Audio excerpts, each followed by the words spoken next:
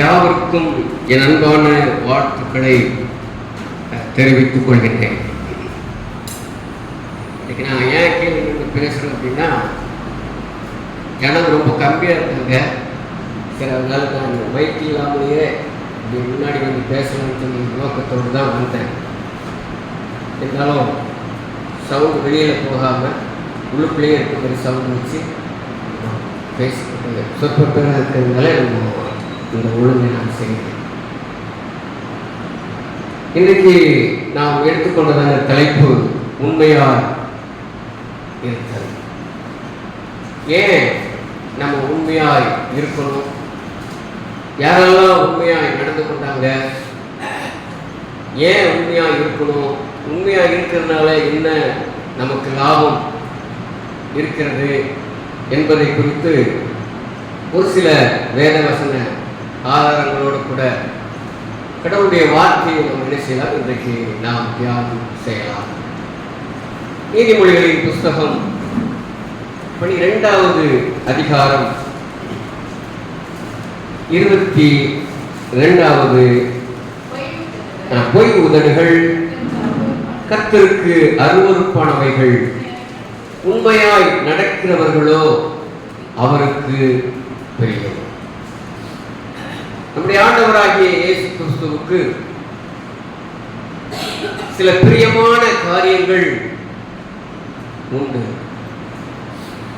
அந்த ஒரு சில காரியங்களிலே உண்மையாய் இருக்கிறது கடவுளுக்கு ஒரு பிரியமான ஒரு காரியம். கடவுள் உண்மையின் மீது பிரியப்படுகிற ஒரு தேவனாக இருக்கிறார். ஆகையினால்தான் சாலமோன் தன்னுடைய நீதிமொழியின் புஸ்தகத்தில் எழுதும்போது உண்மையாய் நடக்கிறவர்கள் அவருக்கு பிரியம் என்று சொல்லி, அப்போ அவர் உண்மையை விரும்புகிற தேவனாய் இருக்கிறபடினாலே நாம் ஒவ்வொருவரும் உண்மை உள்ளவர்களாக என்ன செய்யணும், ஏற்படும் அப்படின்னு சொல்லி வேதம் நமக்கு சொல்லுவதை நம்ம பார்க்கிறோம். வேதத்தில் ஒரு சில நபர்களை நான் உங்களுக்கு சொல்ல விரும்புகிறேன். அவங்கெல்லாம் உண்மையாக இருந்தாங்க என்பதற்கு வேதம் ஒரு ஆதாரமாக இந்த காரியங்களை சொல்கிறது. வாசிங்கள். நெகேமியாவின் புஸ்தகம் 9வது அதிகாரம். நெகேமியா 9,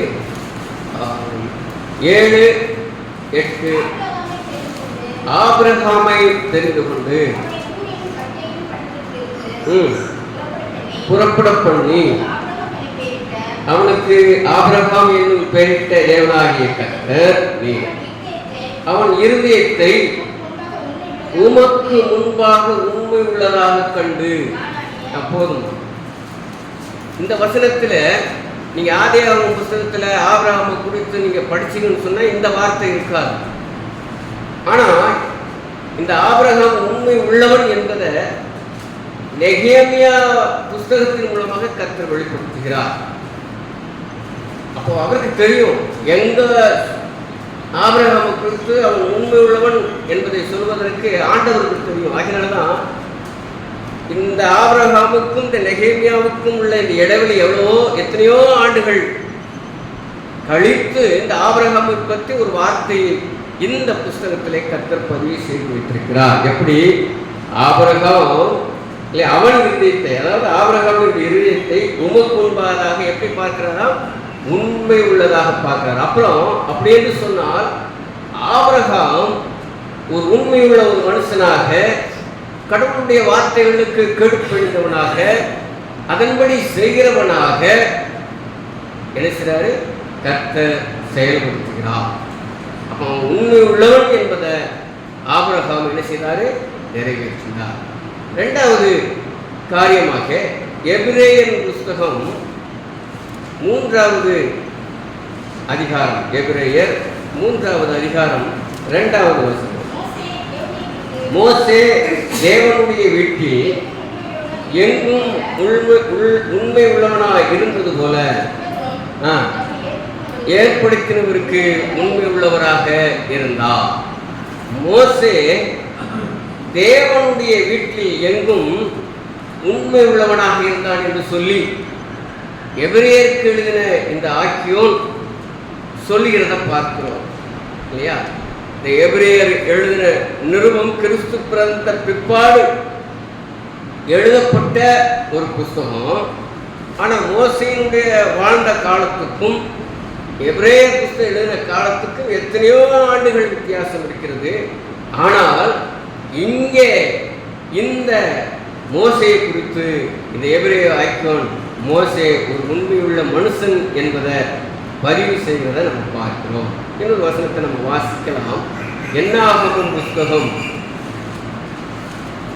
12வது அதிகாரம் 7வது வசனம்.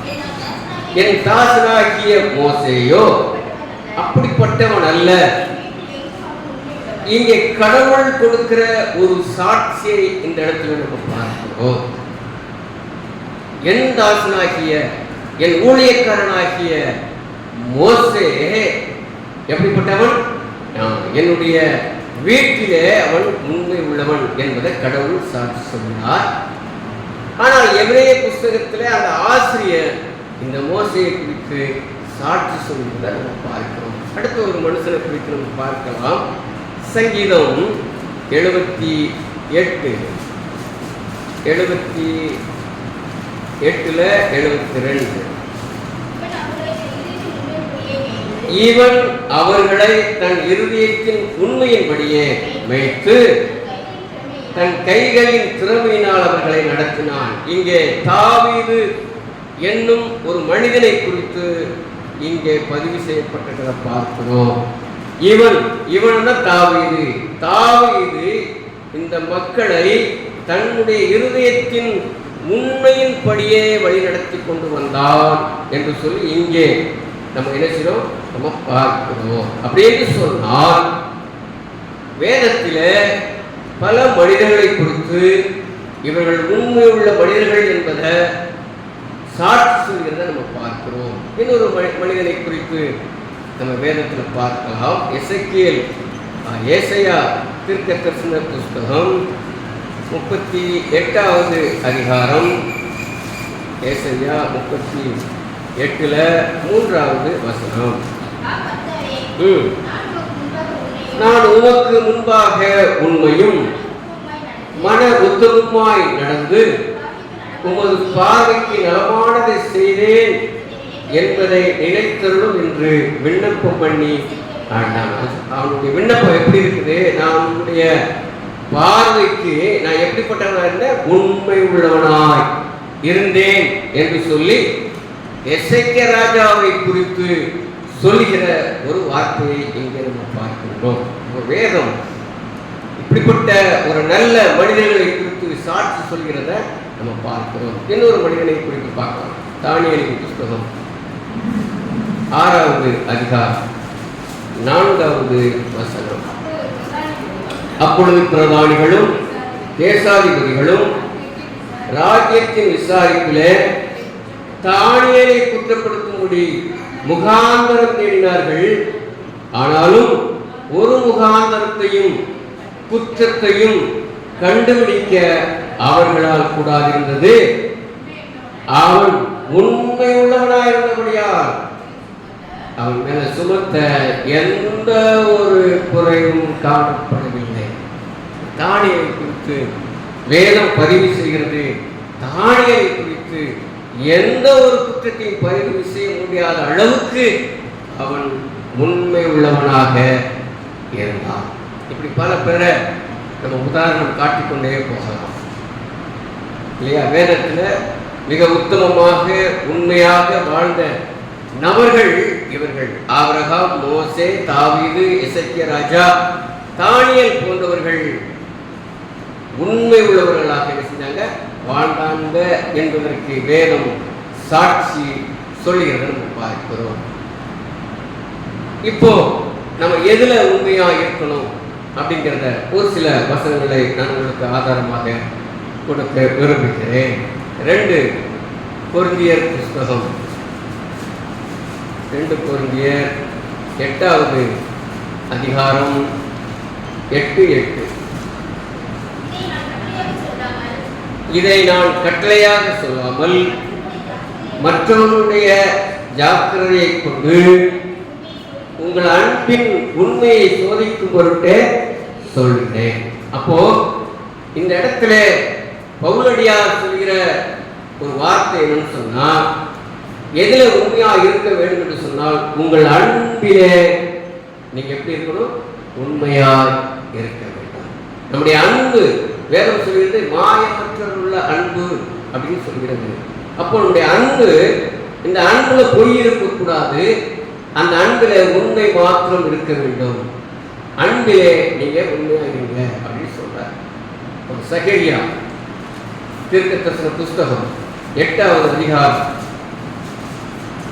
சகரியா 8:16.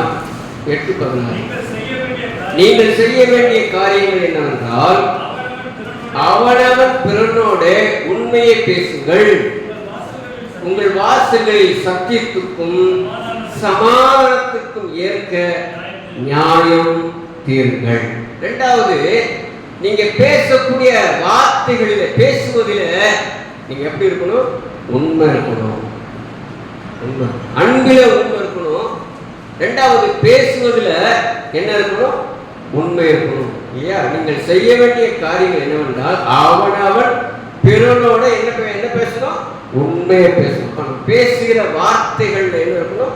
உண்மை இருக்கணும். மூன்றாவது, சகரியா தீர்க்கதரிசன புஸ்தகம் 7வது அதிகாரம் 9வது வசனம், சேனைகளின் கர்த்தர் உரைக்கிறது என்னவென்றால் நீங்கள் உண்மையாய் நியாயம் தீர்த்து தன் சகோதரனுக்கு தயவும் இரக்கவும் செய்யுங்கள் அப்படின்னு சொல்றாங்க. நியாயம் செய்வதில், நியாயத்தை பேசுவதில் நீங்க எப்படி இருக்கணும்? உண்மை உள்ளவர்களாக. அது பொய் என்பது வரக்கூடாது. நியாயம் செய்வதில் நீங்க என்ன செய்ய? உண்மை உள்ளவர்களாக இருக்கணும் அப்படின்னு வேதம் சொல்கிறது. அப்புறம் பாருங்க, வேற எதுல நம்ம உண்மை உள்ளவர்களாக இருக்கணும்? யோவான் எழுதின சுவிசேஷம் 4வது அதிகாரம் 24வது வசனம், கடவுள் தேவனாவியாய் இருக்கிறார், அவரை தொழுது கொள்கிறவர்கள் ஆவியோடும் உண்மையோடும் அவரை தொழுது கொள்ள வேண்டும்.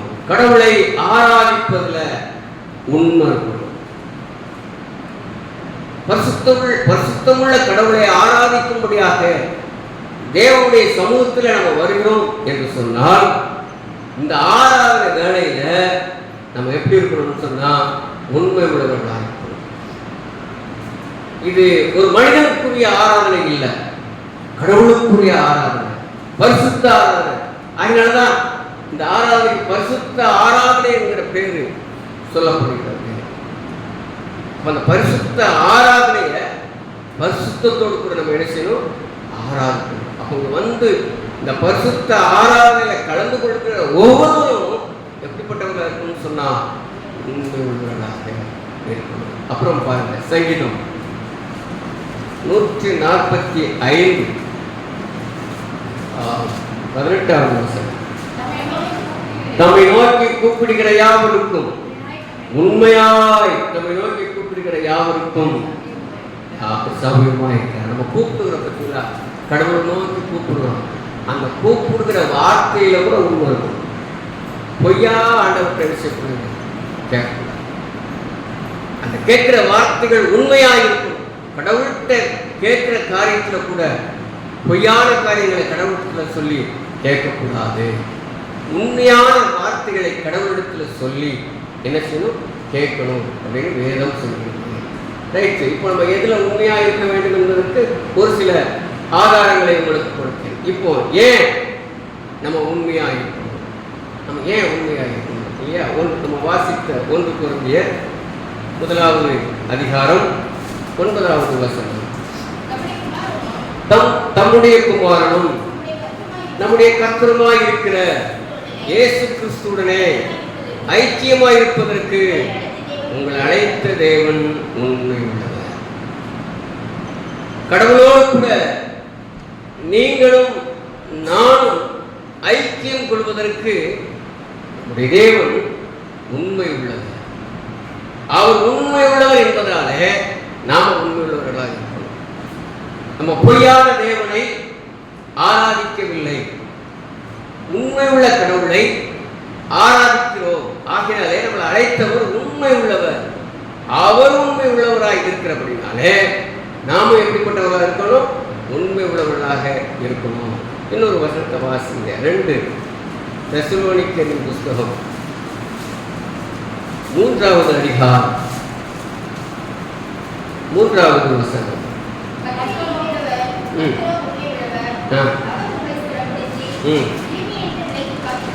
பார்த்தீங்களா? இங்கே நம்மை அழைத்த தேவன் எப்படிப்பட்டவர்? உண்மையுள்ளவர். கர்த்தரோ அவர் உண்மை உள்ளவர். அவர் நம்மளை என்ன செய்வார்?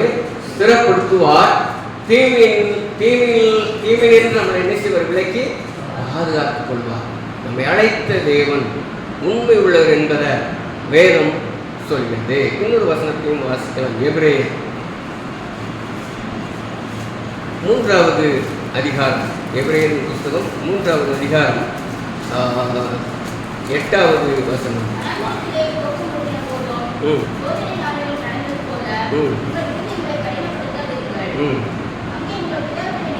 போதும். இங்கே நம்ம 3வது அதிகாரத்தில் நம்ம வாசித்தோம்.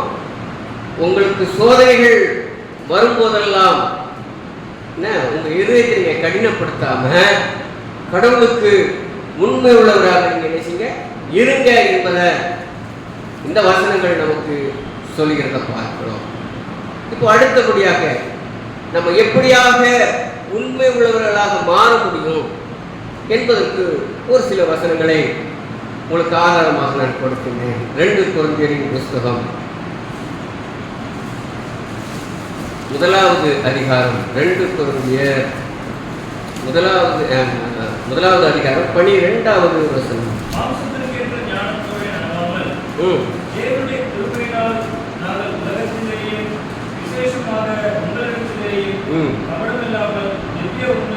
திவ்ய உண்மையோடு நடந்தோம் என்று எங்கள் மனது எங்களுக்கு சொல்லும் சாட்சியே எங்கள் புகழ்ச்சியாய் இருக்கிறது. அப்ப இந்த இடத்துல கடவுளுடைய கிருபையினாலே நாம் உண்மை உள்ளவர்களாக மாற முடியும் என்று சொல்லி இந்த வசனம் சொல்கிறது. கடவுளுடைய அளவற்ற கிருபை, அவருடைய இரக்கம் நம்மளோடு கூட இருக்கும் பொழுது நாம் உண்மையுள்ள ஒரு மனிதர்களாக என்ன செய்ய முடியும்? மாற முடியும். வேதம் சொல்கிறது, தேவனுடைய கிருபையினாலே, இல்லையா? நாங்கள் உலகத்திலேயே இருந்தாலும் சரி, அல்லது உங்களிடத்தில் இருந்தாலும் சரி, நாங்கள் எப்படிப்பட்ட அன்பு உண்மை இருக்கும்? கபடமில்லாத திவ்ய பசுத்த அன்புல உள்ள உண்மையோட நம்ம என்ன செய்யணும்? நடந்து கொள்ளணும். அது எங்களுக்கு புகழ்ச்சி, எங்களுக்கு அது ஒரு பெருமையாக இருக்கும் என்று சொல்லி இங்கே சொல்கிறது. அப்படி என்று சொன்னால் கிருபையினாலே நாம் உண்மையுள்ளவராக என்ன செய்ய முடியும்? மாற முடியும். அப்புறம் இன்னொரு வசனத்தை நம்ம வாசிக்கலாம். யோவான் எழுதின சுவிசேஷம் 5வது அதிகாரம் 38வது வசனம், 39வது வசனம். அவருடைய வசனம் உங்களை தரித்திருக்கிறதில்லை, வேத வாக்கியங்களை நீங்க ஆராய்ப்பார்கள், அவைகளால் உங்களுக்கு நித்திய ஜீவன் உண்டு என்று எண்ணுகிறீர்களே, என்னை குறித்து சாட்சி கொடுக்கிறவர்களும் அவைகளே. ஒரு மனிதன் உண்மை உள்ளவனாய் மாற வேண்டும் என்று சொன்னால் வேத வாக்கியங்களை அவன் ஆராய்ந்து பார்க்க வேண்டும். வேத வாக்கியங்களை படித்தாலே போதும். நம்முடைய வாழ்க்கையை சரிப்படுத்தி சரியான வழியை நம்மளை வழிநடத்துவதற்கு, உண்மையுள்ள பாதையை வழிநடத்துவதற்கு இந்த வேத வசனங்கள் நமக்கு ஆதாரமாக என்ன செய்து இருக்கிறது என்பது இந்த வசனங்கள் நமக்கு சொல்லிவிட பார்க்கிறோம். இன்னொரு வசனத்தை நம்ம வாசிக்கிறோம். யோவான் 16வது அதிகாரம் 13வது வசனம். சத்திய ஆவியாகிய வரும்போது சகல சத்தியத்திற்குள்ளும் உங்களை நடத்துவார். அவர் தம்முடைய சுயமாய் பேசாமல் தாம் கேள்விப்பட்டவைகள் யாவையும் சொல்லி வரப்போகிற காரியங்களை உங்களுக்கு என்ன செய்வார்? அறிவிப்பார். இந்த இடத்துல பரிசுத்த ஆவியானவராலே நாம் உண்மை உள்ளவர்களாக மாற முடியும். ஏனென்று சொன்னால் இந்த பரிசுத்த ஆவியானவர் நமக்குள்ள வரும் பொழுது சகல சத்தியத்துக்குள்ளும் நாம் என்ன செய்வார்? வழி நடத்துவார். அவர் போதிப்பார். நீங்க 1 யோவான்ல வாசிக்கும் பொழுது அந்த சத்தியம் உங்களை நிலைத்திருக்கிறது, யாரும் உங்களுக்கு போதிக்க வேண்டியதில்லை, அவைகள் உங்களை சத்தியத்தின்படி என்ன செய்ய வழிநடத்தும் என்று சொல்லி 1 யோவான்ல யோவான் எழுதுகிறார். இங்கேயும் என்ன சொல்கிறார்? சத்திய ஆவியாகிய பரிசுத்த ஆவியானவர் உங்களுக்குள்ள வரும் பொழுது உங்களை எப்படி நடத்துவார்? சகல சத்தியத்திற்குள்ளும், அதாவது சகல உண்மையான காரியங்களுக்குள்ளாக என்ன செய்வார்? உங்களை வழிநடத்துவார், உங்களை மாற்றுவார் என்று சொல்லி இந்த வசனங்கள் சொல்கிறத பார்க்கிறோம். நம்ம இதுவரைக்கும் நம்ம பார்த்தோம், உண்மையாய் நடந்தவர்கள் யார் என்பதை குறித்து நம்ம பார்த்தோம், எதுல உண்மையா இருக்க வேண்டும் என்று சொல்லி நம்ம பார்த்தோம், ஏன் உண்மையா இருக்கணும்னு சொல்லி நம்ம பார்த்தோம், உண்மையா மாறுவது எப்படி என்பதற்கும் சில வசனங்களை நம்ம பார்த்தோம். இப்போ நம்ம உண்மையாய் வாழ்வதனால நமக்கு கிடைக்கக்கூடிய நன்மைகள் என்ன என்பதை குறித்து ஒரு சில வசனங்களை உங்களுக்கு முன்பாக சொல்கிறேன். நீதிமொழிகளின் புஸ்தகம் 28வது அதிகாரம் 20வது வசனம். உண்மையுள்ள மனுஷன் பரிபூர்ண ஆசீர்வாதங்களை பெறுவார். பரிபூர்ண ஆசீர்வாதம், இந்த பரிபூர்ண ஆசீர்வாதம் யாருக்கு கிடைக்கும் அப்படின்னு சொன்னா, தன் வாழ்க்கையில உண்மையாய் வாழ்வதற்கு இந்த ஆசீர்வாதம் கிடைக்கும். நாம் ரட்சிக்கப்படுவதற்கு முன்பதாக கிறிஸ்தவ குடும்பத்தில் பிறந்தவன் தான், ஊழியக்காரருடைய குடும்பத்தில் பிறந்தவன் தான். நான் ஏற்கனவே இதை சொல்லியிருப்பேன் நினைக்கிறேன். நிறைய போய் பேசுகிறேன், தாய் தகப்பனு இடத்துல நிறைய போய் பேசிக்கிறேன், நண்பர்கள் இடத்துல போய் பேசிக்கிறேன், இப்படி அநேக பொய்களை பேசுகிறவன் நான். ஆனால் என்னுடைய 20வது வயதுல இயேசு கிறிஸ்துவ சொந்த ரட்சகராக ஏற்றுக்கொண்டேன்.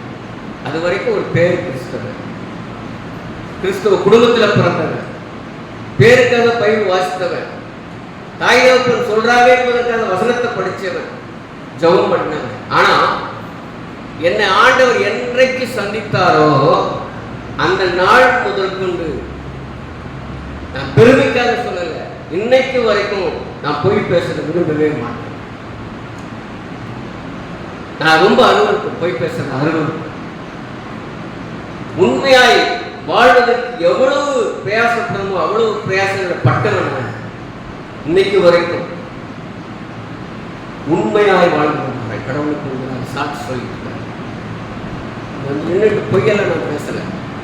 அதான் சொல்றேன், ஒரு காலத்துல பொய் பேசுறவன், ஆனா இன்னைக்கு நான் உண்மையோட ஒரு வாழ்க்கை வாழ்ந்து கொண்டிருக்கிறேன்.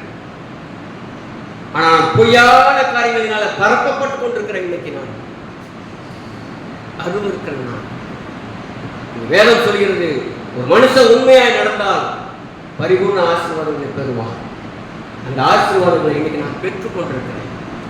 இன்னைக்கு நான் ஒரு தடவை நான் அவமானப்பட்ட எனக்கு ஒரு ஆசீர்வாதங்கள் டங்குன்னு விழுது பரவாயில்ல, அப்படி நான் ஆசீர்வாதங்களை நான் பெற்றுக்கொண்டிருக்கிறேன். அப்போ ஒவ்வொருத்தருடைய வாழ்க்கையிலும் நாம் உண்மையாய் வாழ்கின்ற பொழுது பரிபூர்ணமான, சும்மா சாதாரண ஆசீர்வாதங்களை இல்லைங்க, பரிபூர்ண ஆசீர்வாதம். அதை அனுபவிச்சவங்களுக்கு தான் தெரியும். அந்த ஆசீர்வாதங்களை அனுபவிக்க கற்றுக்கொண்டு செய்வார். 2வது காரியம், சங்கீதம் 31:23.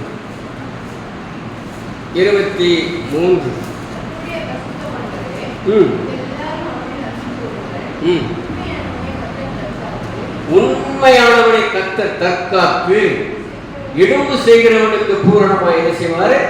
பதிலளிப்பார். இந்த இடத்துல உண்மையாய் ஒரு மனுஷன் வாழ்கின்ற பொழுது கடவுள் பாதுகாப்பு கொடுக்கிறார். தற்காத்து அந்த வார்த்தை வாசிக்கிற உண்மையானவனை கடவுள் பாதுகாக்கிறார். ரொம்ப அவசியம் இல்லை. கடவுளுடைய பாதுகாப்பு நம்ம ஒவ்வொருவருக்கும் அவசியம். நம்ம அந்த பாதுகாப்பை இழந்து கொண்டிருக்கிறோம் ஒவ்வொருவரும், இல்லையா? எப்படி வேணாலும் வாழலாம், என்ன வேணாலும் செய்யலாம், என்ன வேணாலும் பேசலாம் அப்படின்னு வாழ்க்கை வாழ்ந்தோம் என்று சொன்னால் கடவுளிடத்திலிருந்து நம்ம பாதுகாப்பை ஒரு நாளும் பெற்றுக்கொள்ள முடியாது. இந்த உலகத்துல கொடுக்கப்படுகிற பாதுகாப்பை விட கடவுள் கொடுக்கிற அந்த பாதுகாப்பு பார்த்தீங்களா, அது ரொம்ப ரொம்ப வலு நிறைந்தது, அது வலுவை உள்ளது. அந்த பாதுகாப்பு கடவுள் நம்ம எந்த விதத்திலும் என்ன செய்வார்? ஆமா, பாதுகாக்க அவரால் முடியும். மூன்றாவது காரியமாக உண்மையாக இருப்பதினாலே நமக்கு என்ன கிடைக்குது? மத்தேயு எழுதின சுவிசேஷம் 25வது அதிகாரம் 21, 23. நல்லது, உண்மையும் உத்தமமான ஊழியக்காரனே, உண்மையாயிருந்தாய், அநேகத்தின் மேல் உன்னை அதிகாரியாக வைப்பேன். நீ உன் எஜமானுடைய சந்தோஷத்திற்கு என்ன செய்ய?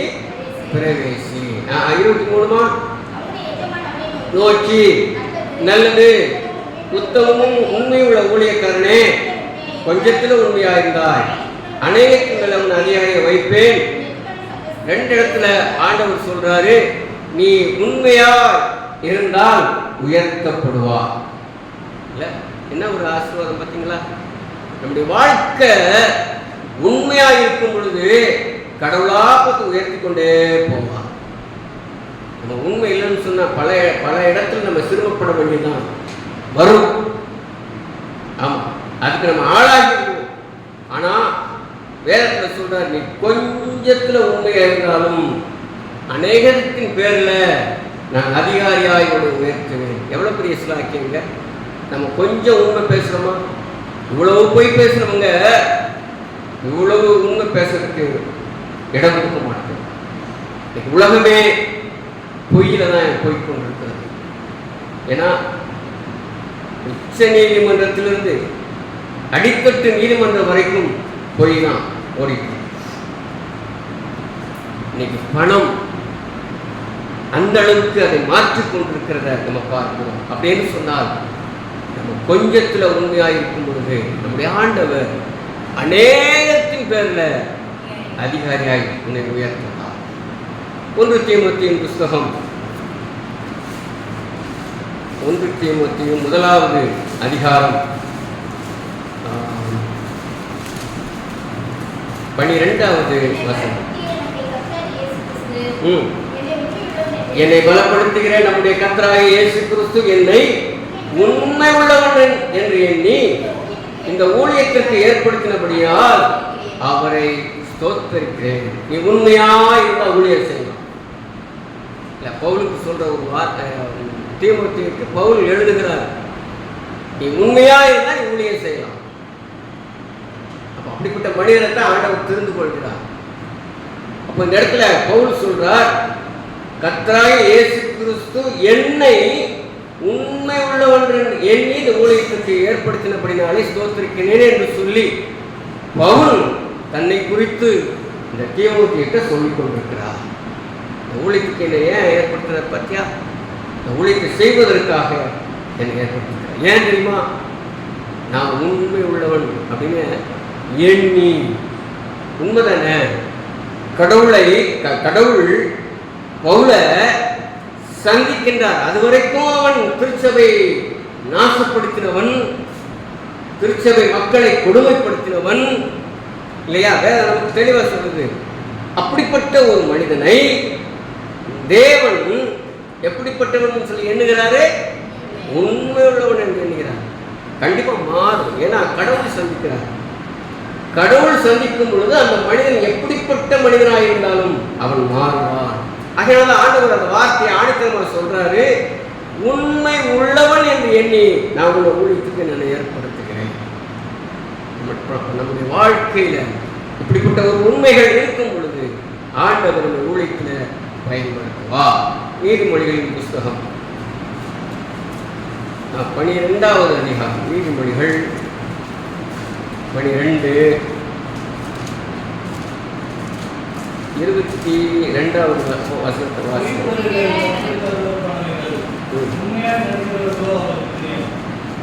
உண்மையாய் நடக்கிறவர்கள் அவருக்கு எப்படிப்பட்டவங்கன்னா பிரியமானவர். நீ உண்மையாய் நடந்தால் நீ பிரியமாய் இருக்கணும். அதனால நான் முதல் வசனத்துல வாசிக்கின்ற பொழுது, முதல் வசனத்துல உங்களுக்கு வாசிக்கும் பொழுது நீதிமொழிகள்ல 12:22 வாசித்தோம் இல்லையா?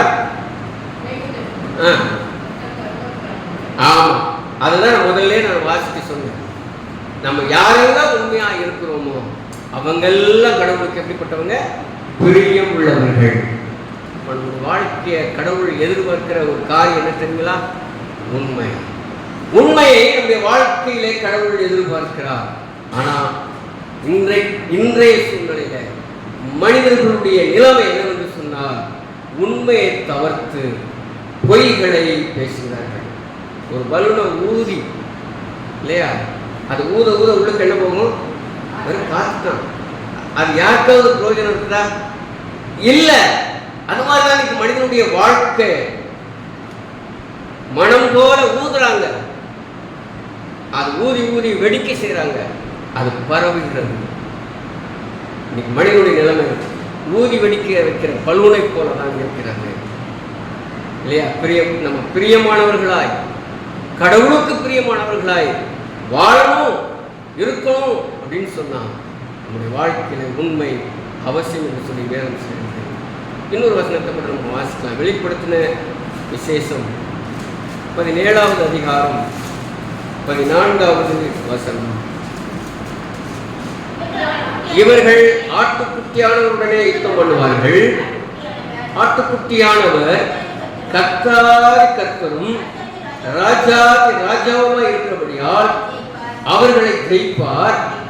அவரோட கூட இருக்கிறவர்கள் அழைக்கப்பட்டவர்கள், தெரிந்து கொள்ளப்பட்டவர்கள், உண்மை உள்ளவர்கள். நீ உண்மை உள்ளவனா இருந்தன்னு சொன்னா நீ யார் கூட இருப்ப? சொல்லுங்க. ஆட்டுக்குட்டியானவர் இயேசு கிறிஸ்து. இந்த சிலாக்கியத்தை நம்ம ஒவ்வொருத்தரும் பெற்றுக்கொள்ளணுமா வேண்டாமா? நம்ம நம்புறோம், நான் இன்னைக்கு மரிச்சா நான் கடவுளோடு கூட இருப்பேன். நல்லது, அந்த விசுவாசம் ரொம்ப ரொம்ப நல்லது. ஆனா இருக்குதா? உண்மை இருக்குதா? அவரோட கூட இருக்கணும். அங்க வேதவசனம் சொல்லுது, அவரோட கூட இருக்கிறவங்க எப்படிப்பட்டவங்க? அழைக்கப்பட்டவங்களா இருக்கிறாங்க, தெரிந்து கொள்ளப்பட்டவங்களா இருக்கிறாங்க, உண்மை உள்ளவங்களா இருக்கிறாங்க. அப்போ நீங்களும் நானும் அந்த இயேசுவோடு கூட, அந்த ஆட்டுக்குட்டியானவரோடு கூட சந்தோஷமா வாழணும் அப்படின்னு சொல்லி சொன்னா இல்ல, நம்ம எப்படிப்பட்டவர்களா இருக்கணும்? உண்மை உள்ளவர்கள். உண்மை அவசியம் இல்லையா? ஆட்டுக்குட்டியானவரோட இருப்பதற்கு உண்மையா இருக்கும் பொழுது ஆட்டுக்குட்டியானவரோட கூட இருக்கக்கூடிய சிலாக்கியத்தை நம்ம பெற்றுக்கொள்கிறோம் இல்லையா? கிட்டத்தட்ட 6 காரியங்களை நான் உங்களுக்கு சொல்லியிருக்கிறேன். நம்ம உண்மையாய் நடந்தால் நமக்கு வரக்கூடிய நன்மைகள் அல்லது வரக்கூடிய பலன் என்ன என்பதை ஒரு 6 காரியங்களை உங்களுக்கு நான் சொல்லியிருக்கிறேன். பரிபூர்ண ஆசீர்வாதத்தை நம்ம என்ன செய்ய முடியும்? பெற்றுக்கொள்ள முடியும். நம்ம பாதுகாக்க முடியும். நம்ம உயர்த்தப்படுவோம், ஊழியம் செய்யலாம், அவருக்கு பிரியமான ஜனங்களாக மாறலாம், அவரோட கூட நம்ம என்ன செய்யலாம்? இருக்கலாம், ஆளுகையும் செய்யலாம். இப்படிப்பட்ட சத்தியத்தை இந்த வேத வசனம் நமக்கு சொல்கிறது. அப்படி என்று சொன்னால் இன்னைக்கு நம்ம இந்த தியானிக்க இந்த பகுதியில் யாரெல்லாம் உண்மையா இருந்தாங்க என்பதை நம்ம பார்த்தோம் இல்லையா? எதுல உண்மையா இருக்குன்னு சொல்லி பார்த்தோம், ஏன் உண்மையா இருக்குன்னு சொல்லி நம்ம பார்த்தோம், உண்மையா மாறுவதற்கு நம்ம என்ன செய்யணும் அப்படிங்கிறத பார்த்தோம், உண்மையாய் வாழ்வதனால நமக்கு கிடைக்கக்கூடிய நன்மைகள் என்னன்னு சொல்லி பார்த்தோம். அப்போ நம்முடைய வாழ்க்கையை உண்மையான காரியங்களுக்கு நம்ம என்ன செய்யணும்? இடம் கொடுக்க வேண்டும். நம்ம உண்மையாய் வாழ முடியும். இந்த அத்தனை 6 ஆசீர்வாதங்களையும் நம்ம வாங்கிக் கொள்ளலாம். நித்தியமான சந்தோஷத்தை நம்ம அனுபவித்துக் கொள்ளலாம். இங்கே மாத்திரமல்ல, பரலோக ராஜ்யத்தையும் அந்த நித்தியமான சந்தோஷத்தை நீங்களும் நான் அனுபவிக்கலாம். கர்த்தர் தாமே இந்த வசனங்களை நமக்கு ஆசீர்வதித்துக் கொடுப்பார்கள். ஆமென். 376வது